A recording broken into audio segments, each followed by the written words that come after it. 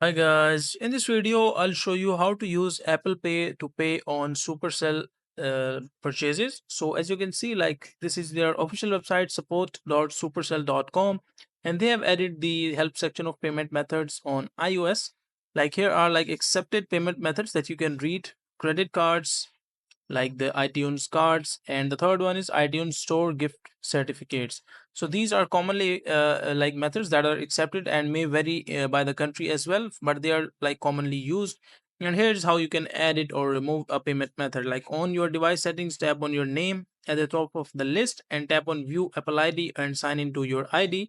And once you sign into your ID, just click on manage payments to view the list of all your current payment methods. Tap add a payment method to add a new payment method to your Apple ID.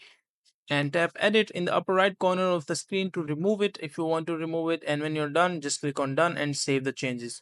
So that is a simple and easy process of how you can like just use the Supercell market and pay with your Apple ID or like Apple Card.